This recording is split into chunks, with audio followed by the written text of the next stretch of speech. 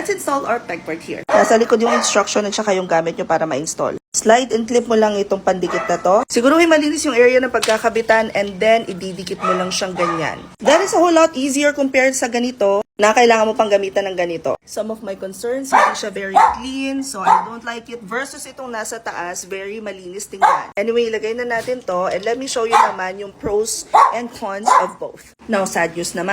All of the baskets, lahat ng pangsabit that I bought from Mr. DIY and Daiso, walang kasya sa pegboard natin.